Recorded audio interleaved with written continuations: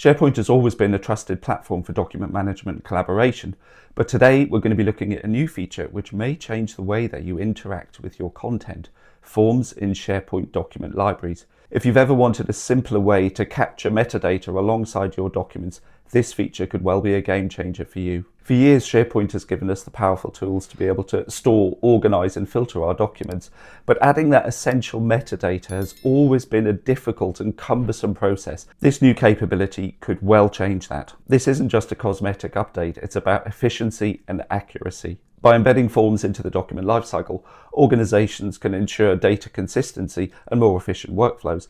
And workflows are the real key here. Metadata has always had the power to unlock automation, and now with Copilot, metadata becomes even more important. This is a small change, but with massive potential. In this video, I'll show you how this works, what you can customize, and how this may well transform your document management experience.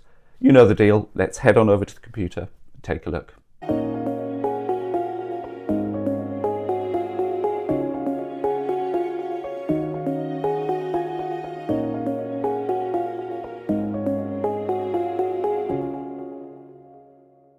So here I am in my brand new empty site in my document library, and we'll notice up here we have this new forms button. So I'm going to click on that. Very simple interface, create a new form. Okay. Form responses must go into a folder. You cannot set them to go into the root of a document library, which I understand the reasoning for that. It would be nice if you could just have it go into the root of a document library. But I get it. I get why Microsoft have done that. So I'm going to give this a name. I'm going to call it Project Plans. I'm going to give it a color just because I can. I'll click on Create. I'm going to give this a form title. So I'm going to call this Project Upload. And because there are no additional metadata columns here, it's literally just asking me to upload a file. Just in terms of the cosmetics, I can add a logo if I wish. I can give a description of the form. That's quite a good option. Themes, I have a few different themes that I can choose from. Okay, doesn't give me an awful lot in terms of the theming yet. That's a shame. And go back. Well, let's have a look at the settings. I've got Notify Me, so that will tell me when I'll receive an email every time a form has been submitted. Might be quite useful. I can choose whether, just like a standard Microsoft form, I can accept responses. I've got a start and an end date, and I've got a custom message when a form has been submitted. So those of you familiar with the standard Microsoft forms will be aware of this. I've got my show or hide fields. As I said, I don't have any custom fields in here at all. But what I'm going to do, I can, if I wish, I can actually add my custom metadata fields within this experience, so I don't have to go back to the library, add my columns, come back, open the form. I can do it all from here directly. So I'm going to add in a choice column. So this is around projects. So I'm going to call this project phase. It's going to be a choice column. I can make this required or not. So I can enforce that it must be completed. I'm not going to do that in this case, but I'm going to call this planning, execution, and closure. Some very simple project phases there. I can add another field. Let's just give this a due date. I can include time if I want to. I'm just going to include the date. Again, I can make that required. So there I've got my project phase, I've got my due date. So now I've got my form more or less ready to go. I haven't customized it too much. What I'm then able to do is if I click on the send form button, I can copy the link to this form. Now what that will do, that will copy that link to the clipboard. I can then circulate that link and it will give the end user who receives that link this form interface, so they'll be able to just open it up, click on add a file, fill out the metadata, and then that document will then appear within the library. Now the great thing about this is that the person who receives the file doesn't have to have permission to the document library. I'll repeat that. They do not have to have any form of permissions to the document library. This is an amazing feature. How many times have you wanted to do that just to kind of gather documents from users, but you don't want them to see what's already there? You don't want them poking around in the back end looking at files. Previously, you would have had to do something like when a document is uploaded, you might have to strip out the permissions using a Power Automate flow or something similar. All of that's gone. You can just copy that link and you can just send it to the end user.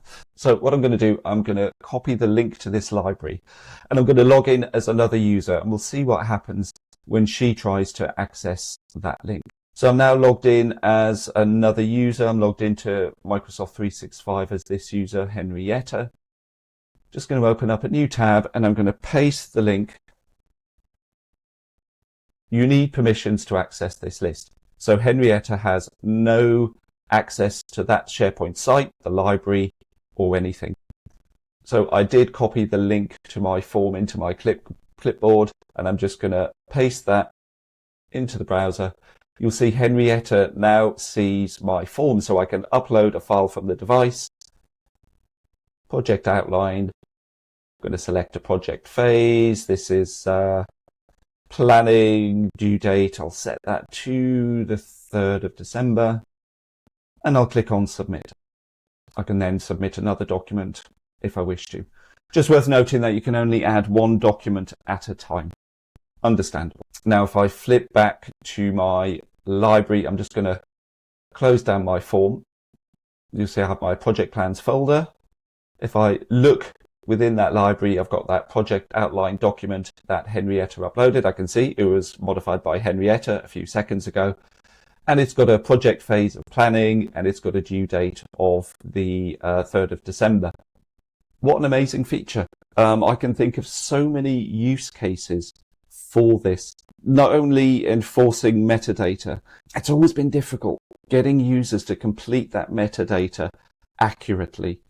Giving them the ability to just upload and then directly in a simple form, allow them to select the project phase, the due date, whatever metadata columns you wish. Just click submit and have that populated automatically. Brilliant.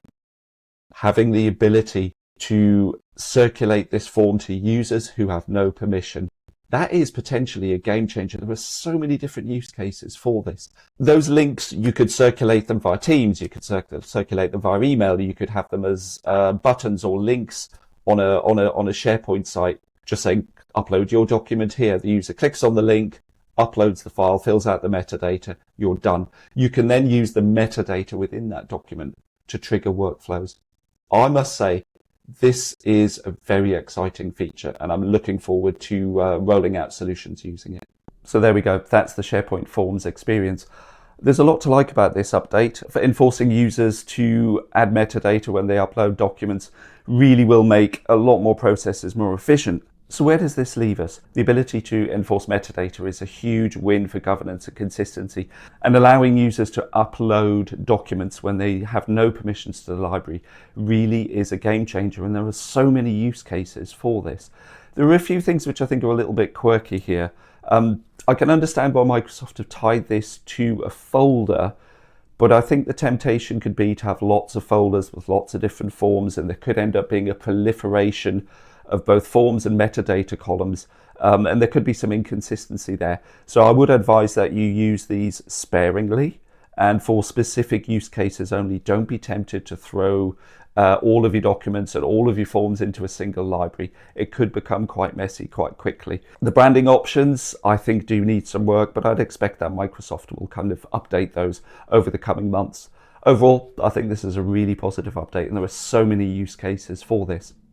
If you are struggling with document management or metadata, then you can always talk to an expert. Check out our website, it is linked down in the description. Fill out that contact form and we'd love to talk to you.